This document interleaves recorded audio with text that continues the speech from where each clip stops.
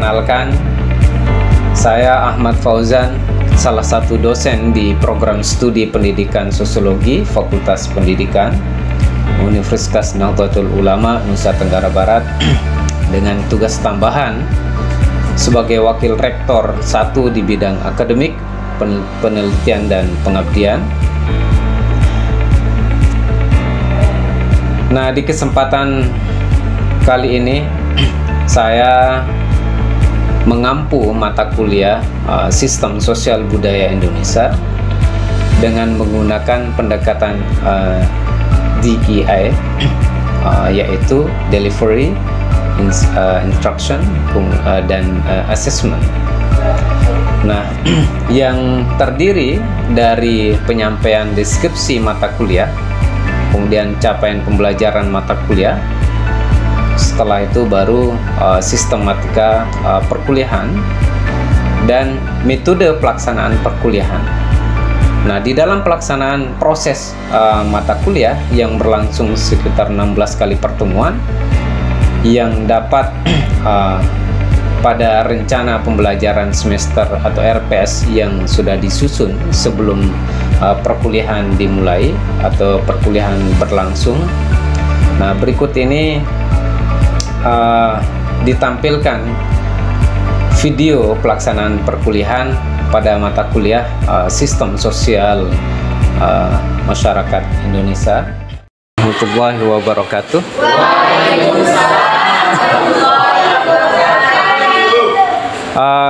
Jadi hari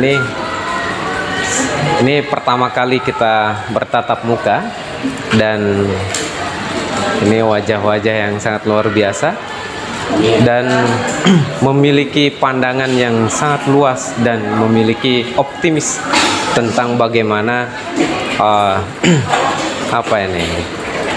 cita-cita yang sangat luar biasa yang bisa akan tercapai insya Allah di kemudian hari. Nah, pada kesempatan kali ini saya akan mencoba memberikan sesuatu yang mungkin belum disampaikan atau masih dalam proses pembelajaran oleh pemateri-pemateri lain atau mata kuliah yang lain.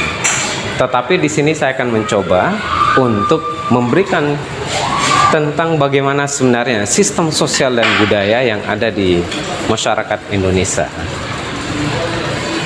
Bukan saja sekedar di Indonesia, tetapi saya ingin mencoba untuk memberikan pandangan terkait bagaimana sistem sosial yang ada di masyarakat NTB. Ini berawal dari masyarakat NTB, tentu skupnya nanti kita akan membuat sesuatu imajinasi tentang sistem sosial yang ada di dalam masyarakat Indonesia. Nah, kalau kita melihat dan yang dikatakan oleh Ben Anderson, Imaginate Community, maka disitulah terbentuk suatu sistem yang membayangkan bagaimana Indonesia pada masa-masa yang lampau itu akan membentuk relasi, sistem itu membentuk suatu relasi-relasi yang membentuk suatu kemerdekaannya di situ. Bagaimana cara merdeka dan membuat suatu relasi antar dari timur sampai barat.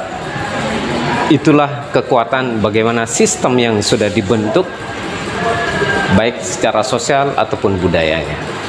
Nah, tetapi sebelum kita lebih jauh ke situ, saya akan mencoba untuk memberikan sesuatu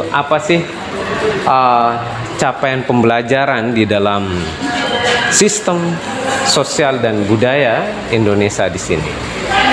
Baik, saya akan geser ke sampingnya.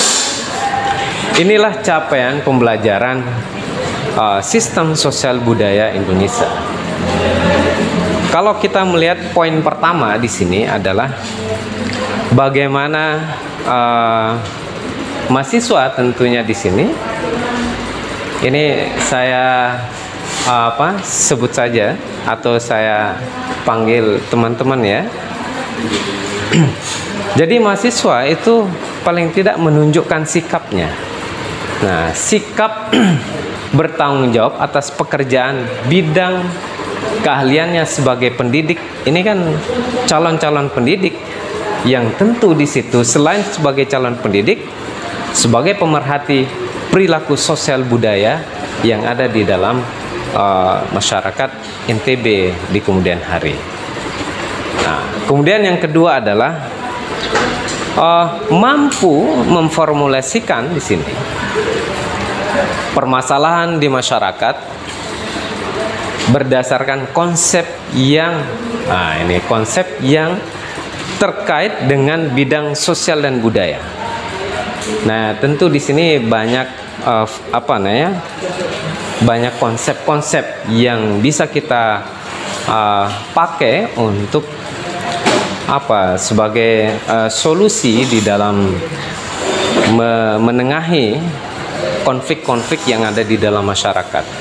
Kemudian yang kedua adalah tentu di sini mahasiswa itu paling tidak mampu menerapkan pemikiran secara logis di sini, kritis, kemudian sistematis, dan tentu yang paling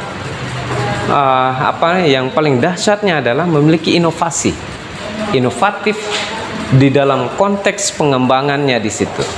Nah, di dalam konteks pengembangan atau implementasi konsep sosial budayanya. Nah, kemudian kalau kita melihat konsep sosial budaya masyarakat, maka paling tidak kita memperhatikan dan menerapkan nilai-nilai humaniora yang ada di dalam diri kita sendiri atau yang ada di dalam masyarakat dengan bidang keahlian, yakni teman-teman di sini adalah pendidikan sosiologi semua ya. Oke. Nah, jadi inilah beberapa capaian pembelajaran yang akan kita capai ketika kita mempelajari sistem sosial budaya yang kita akan pelajari selanjutnya. Kemudian yang keempat adalah tentu teman-teman semua mampu menunjukkan kinerja mandiri, kemudian bermutu dan terukur.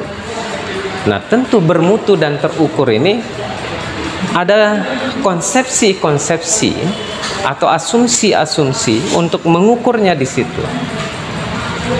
Untuk mengukurnya tentu ada metodenya. Nah, metode-metode inilah yang penting untuk kita targetkan apa saja metode yang akan kita pakai. Kemudian yang kelima adalah mampu memahami konsep-konsep dasar sosial dan budaya. Nah, konsep dasar ini sebelum nanti saya akan menunjukkan apa itu sistem dan apa itu sosialnya. Kemudian yang keenam, yang terakhir adalah di dalam capaian pembelajaran kita di sini mampu memahami beberapa teori dan model. Nah, ini teori dan model, baik model pendekatan ataupun strategi di sini di dalam merencanakan suatu program baik pelayanan atau pemandu sosial dan budaya yang berpihak kepada masyarakat. Tentu di sini kalau kita belajar tentang paradigm, Thomas Kuhn di situ menjelaskan tentang paradigma. Di situ ada beberapa unsur-unsur yang paling tidak teman-teman bisa memahami atau paling tidak pakem-pakem itulah yang kemudian dipakai untuk menganalisis, kemudian memetakan sosial budaya yang ada di dalam lingkungan kita sendiri saja bisa kita petakan begitu. Nah, apa sebenarnya paradigma yang dikatakan oleh Thomas Kuhn di situ? Yang pertama adalah asumsi. Nah, asumsi ini ada beberapa asumsi. Ada yang bisa ini? Asumsi apa asumsi? Pendapat. Ya. Selain pendapat? Keinginan. Suatu pemikiran. Ya, asumsi itu ya pendapat juga bisa. Suatu anggapan. Anggapan, ya betul. Anggapan. Kemudian setelah asumsi, di dalam unsur paradigma, setelah asumsi adalah konsepsi. Konsepsi inilah yang kemudian itu dimaknai apa yang menjadi anggapan tadi, kemudian membuat suatu konsep. Setelah konsep, itu yang disebut dengan model. Setelah kita membuat konsep, kemudian membentuk bagaimana model untuk pemecahan solusi di dalam masyarakat. Pertanyaan ini. Oke. Jadi kita akan mencoba membuat kelompok. Paling tidak satu kelompok itu 5 orang. Nah, sekarang setelah menemukan jawabannya, kemudian nanti membuat pernyataan. Kemudian setelah membuat pernyataan, membuat pertanyaan kelompok satu ke kelompok yang lain. Ya, artinya di sini untuk memperdalam tentang bagaimana sebenarnya sistem sosial yang bersifat empiris dan komponen sistem sosialnya seperti apa. Nah, ini paling tidak kan menunjukkan apa sih sistem sosial yang bersifat empirisnya. Ya. Untuk menjelaskan pertanyaan yang kedua, apakah di sana itu pertanyaannya itu mengarah ke pengertian komponen sistem atau apa saja bagian dari komponen sistem? Bagian dari komponen. Jadi bagian yang ada di dalam masyarakat itu apa? Bagian, tentu di situ kan banyak ya bagian-bagiannya. Silakan didiskusikan sesuai dengan kelompoknya masing-masing. Kemudian membuat pernyataan. Setelah membuat pernyataan, silakan teman-teman mengajukan atau membuat pertanyaan kembali ke kelompok yang lain nanti. Kita akan mencoba memperdalam. Kepada dosen. Jadi di sini saya mewakili teman-teman dari kelompok saya ingin menjawab pertanyaan yang ada di depan, dan mungkin nanti ada tanggapan-tanggapan dari kelompok lain. Baik, dari pertanyaan yang pertama, apakah sistem sosial bersifat empiris? Saya katakan iya. Sistem sosial itu bersifat empiris. Mungkin timbul pertanyaan mengapa? Di sana dikarenakan sebuah sistem sosial tidak luput pasti terikat dengan sebuah ilmu pengetahuan yang didasarkan pada observasi atau pengamatan dan akal sehat yang hasilnya tidak bersifat spekulatif melainkan objektif. Jadi sedikit di sana pasti dari sosial itu tidak terlepas dari ilmu yang ada. Kemudian yang nomor 2, apakah atau apa saja komponen sistem sosial itu? Di sini komponen-komponen sistem sosial yang pertama itu pendidikan, baik formal maupun non formal, kemudian ekonomi, kemudian kekuasaan, struktur sosial, dan yang terakhir itu religi. Kemudian ada bagian dari pertanyaan kedua itu, mungkin ada tambahan dari teman saya silakan. Baik, saya akan melanjutkan ke pertanyaan nomor 3. Manusia akan tidak hilang karena dikarenakan yang menjadi aktor atau yang menjadi yang melakukan di dalam sistem sosial tersebut itu adalah manusia yang menjadi. Saya mewakili kelompok saya akan menjelaskan sedikit apakah sistem sosial bersifat empiris. Sistem sosial terbalik dari pertanyaan kelompok yang sebelah saya. Di sini sistem sosial itu sifatnya tidak sifatnya itu abstrak, sehingga komponennya tidak dapat dilihat, tapi hanya dapat dibayangkan dengan suatu konstruksi berpikir. Jadi sifatnya itu tidak empiris, melainkan abstrak, yang hanya dapat dilihat atau yang hanya dapat dibayangkan. Tidak dapat dilihat, tapi hanya dapat dibayangkan. Mungkin yang berdua lanjutkan sama sahabat. Ya, silakan. Assalamualaikum warahmatullahi wabarakatuh. Baik, saya akan melanjutkan penjelasan dari sahabat. Yang ketiga, kekuasaan. Yang keempat, struktur sosial. Dan yang kelima, keagamaan. Dan pertanyaannya, manusiakah atau yang lainnya? Pikirkan. Dalam sistem sosial, kami mengatakan manusia tidak termasuk dalam komponen. Dikatakan sudah jelas di sini pendidikan, ekonomi, kekuasaan, struktur sosial, dan keagamaan. Sedangkan manusia sendiri adalah pelaku dari sistem itu sendiri. Mungkin hanya itu. Assalamualaikum warahmatullahi wabarakatuh. Waalaikumsalam.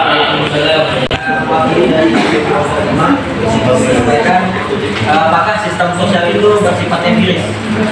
Di sini jawaban kami adalah sistem sosial sifatnya tidak empiris atau abstrak, sehingga komponennya tidak dapat dilihat, tapi hanya dapat dibayangkan dengan suatu konstruksi. Kurang lebih jawabannya sedikit sama untuk komponen sistem sosial. Di sini kami menyampaikan bahwa ada beberapa komponen sistem sosial, itu terdiri dari politik, hukum, ekonomi, agama, pendidikan, dan budaya. Untuk pertanyaan nomor 3, mungkin ada yang dijawab oleh keluarga saya. Oke, untuk pertanyaan ketiga, manusiakah atau yang lain pikirkan? Tentu saja manusia. Kenapa saya bilang manusia? Karena komponen sistem sosial itu sudah disebutkan bagian-bagiannya. Bagiannya itu ada 5. Yang pertama ada namanya pendidikan. Masa hewan akan melakukan pendidikan itu kan tidak mungkin. Harus tidak ada. Pasti manusia yang melakukan pendidikan tersebut. Sekian penjelasan dari kami. Apabila ada kata-kata saya kami yang salah, Assalamualaikum warahmatullahi wabarakatuh.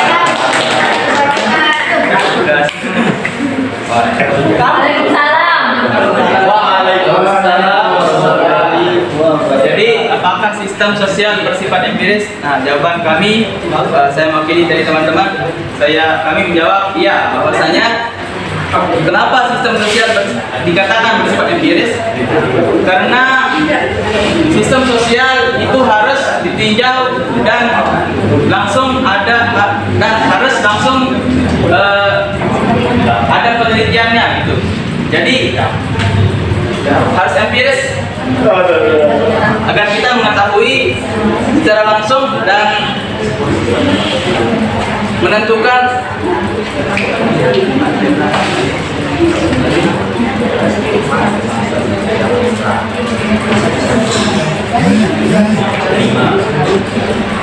saya ulangi teman-teman. Jadi sistem sosial bersifat empiris.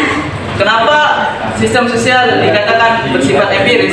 Karena di dalam sistem sosial itu sendiri harus ada yang namanya peninjauan secara langsung di lokasi atau di tempat-tempat di mana sistem sosial itu berada. Lalu yang kedua, apakah komponen sistem sosial? Dalam hal ini kami persilakan ke teman kami untuk menjawab. Assalamualaikum warahmatullahi wabarakatuh. Sini saya akan menjawab apakah komponen sistem sosial. Jadi komponen sistem sosial itu terdiri dari beberapa komponen, yaitu yang ada yang informal, non formal, dan formal. Informal ini terbentuk dalam keluarga, dan sedangkan non formal itu pendidikan secara tidak langsung, tergantung pengalaman atau pengajaran, dan yang terakhir ada namanya non formal. pendidikan secara langsung di bangku SD, SMP maupun SMA maupun perkuliahan. Nah, di sana juga ada komponennya seperti perekonomian, infrastruktur, dan ada komponen yang lainnya. Jadi, apakah manusia itu termasuk komponen atau tidak? Nah, jadi manusia ini termasuk komponen utama dari sebuah sistem sosial. Nah, tanpa adanya manusia, sistem sosial ini tidak akan terbentuk karena dia yang melaksanakan sekaligus sebagai komponen, dan ada juga komponen-komponen lainnya atau komponen pendukung. Tambahkan sedikit ya. Jadi apakah cuma manusia atau yang lainnya? Itu jawaban, apakah sistem sosial itu manusiakah atau yang lainnya? Jadi bukan cuma manusia. Di sini kami juga bukan cuma manusia. Memang manusia itu menjadi peran utama yang memerankan di sistem sosial itu sendiri. Akan tetapi kita ketahui bahwa seperti contohnya kalau terjadi penebangan hutan atau dan sebagainya, salah satu contohnya penebangan hutan tadi, itu akan berdampak kepada ekonomi dan sebagainya. Itu akan mempengaruhi sistem sosial itu sendiri. Jadi kami katakan bahwa bukan cuma manusia yang menjadi komponen sistem sosial itu sendiri, akan tetapi yang lainnya. Terima kasih. Komponen pendukung. Ya. Oke. Waalaikumsalam warahmatullahi wabarakatuh. Kami dari kelompok saya mewakili bahwa sistem sosial itu kenapa tidak bersifat empiris? Karena sistem sosial itu adalah komponen yang sifatnya saling keterkaitan atau saling ketergantungan antara satu sama yang lain. Antara satu sama yang lain, salah satu tidak ada dari komponen tersebut, maka tidak akan menjadi suatu komponen. Artinya dia tidak sempurna komponen sistem sosial tersebut. Kenapa dia tidak bersifat empiris? Karena empiris itu dia akan melalui tahap percobaan kalau empiris. Sedangkan yang sistem sosial itu bersifatnya abstrak atau dia nyata langsung dari komponen tersebut. Sedangkan empiris ini kita harus melalui percobaan atau pembuktian. Seperti itu. Jadi kalau menurut saya sistem sosial itu tidak bersifat empiris. Dia itu alami, ilmiah, atau dari pemikiran dari suatu sistem sosial itu sendiri, komponen itu sendiri. Oke. Terima kasih. Serang ya. Kayak apa strategi di dalam sepak bola itu, ada yang bertahan, ada yang gelandang, bertahan dan serang ya. Saya udah bilang mundur aja. Oke, udah selesai. Ya. Oke. Jadi baik. Buka maskermu di sini. Maksudnya nggak ada perlawanan saya. Sebelumnya terima kasih Pak. Jadi di sini kami akan menjelaskan terkait apakah komponen sistem sosial. Apakah komponen sistem sosial itu? Jadi sebelumnya komponen sistem sosial adalah bagian atau komponen yang saling berhubungan satu dengan yang lainnya secara teratur dan merupakan suatu keseluruhan. Yang kedua, apakah manusia termasuk dalam komponen sosial? Nah, jadi sebelum ada sistem sosial itu ada komponen atau ada sesuatu yang ada di dalam komponen di dalam sistem sosial itu, seperti komunikasi di dalam kelompok tersebut. Tanpa ada komunikasi mustahil ada sistem sosial, Pak, karena di sana kita berinteraksi, berbagi ilmu dan sebagainya. Karena sistem sosial itu dapat dikatakan sebuah sistem sosial karena di sana ada makhluk hidup atau saling berkomunikasi dengan satu sama yang lain. Kalau bangku ini tidak bisa dikatakan sistem sosial, Pak. Kenapa? Karena mereka tidak berinteraksi. Beda halnya dengan manusia. Yang kedua komponennya adalah norma. Tentunya di dalam sistem sosial itu mereka akan memiliki tujuan yang berbeda, Pak, atau pola perilaku yang berbeda. Tentunya untuk mengatasi hal tersebut harus ada aturan atau awik-awik atau semacam perundang-undangan lah, Pak, untuk mengatasi berbagai macam konflik atau untuk mencapai tujuan yang lebih baik ke depannya. Nah, yang ketiga, kohesivitas kelompok. Nah, lalu apa sih kohesivitas kelompok itu? Kohesivitas adalah daya tarik baik dari segi positif maupun negatif, sehingga orang yang berada di dalam kelompok sosial tersebut merasa lebih nyaman, Pak. Yang keempat adalah sosialisasi, tentang bagaimana sih kelompok ini, tujuannya apa, tujuannya didirikan apa, maksudnya apa. Nah, mungkin hanya ini, Pak. Lalu manusia termasuk dalam komponen sosial. Sebenarnya di sini ada equilibrium, Pak, atau keseimbangan antara satu dengan yang lain. Mustahil akan ada komponen sosial kalau tidak ada manusia, Pak. Mustahil ada manusia kalau tidak ada yang menciptakan. Jadi di sana terdapat keseimbangan. Mungkin hanya itu. Saya tambahkan sedikit, Pak. Dalam sistem sosial itu yang maksud komponen-komponennya itu berbentuk norma, budaya dan keagamaan. Selain tidak ada dari komponen-komponen tersebut salah satunya, maka tidak akan berdiri suatu sistem sosial tersebut, tidak akan bertahan. Iya. Baik, sudah. Kita berikan aplaus untuk semuanya. Baik, ini semakin menarik. Dari pernyataan semua kelompok ini tentu ada sesuatu yang ada yang tidak menerima pernyataan kelompok 1, 2, 3, dan 5 di sini. Tentu adalah ada yang greget untuk langsung menjawab. Kita akhiri dulu pertemuan kali ini.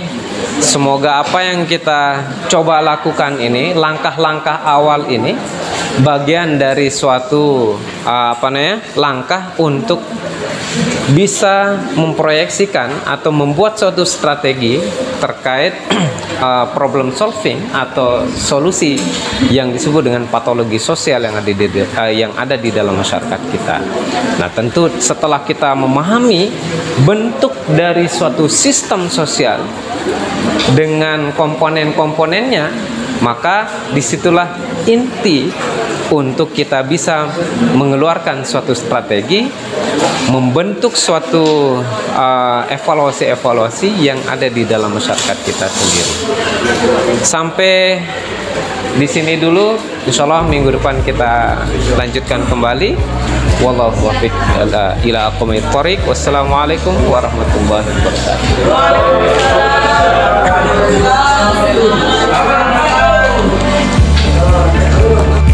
Demikianlah video pelaksanaan perkuliahan dilaksanakan untuk dapat disaksikan dalam pengembangan pendidikan program Merdeka Belajar Kampus Merdeka. Sekian dari saya. Wallahu muwaffiq ila aqwamit thoriq. Wassalamualaikum warahmatullahi wabarakatuh.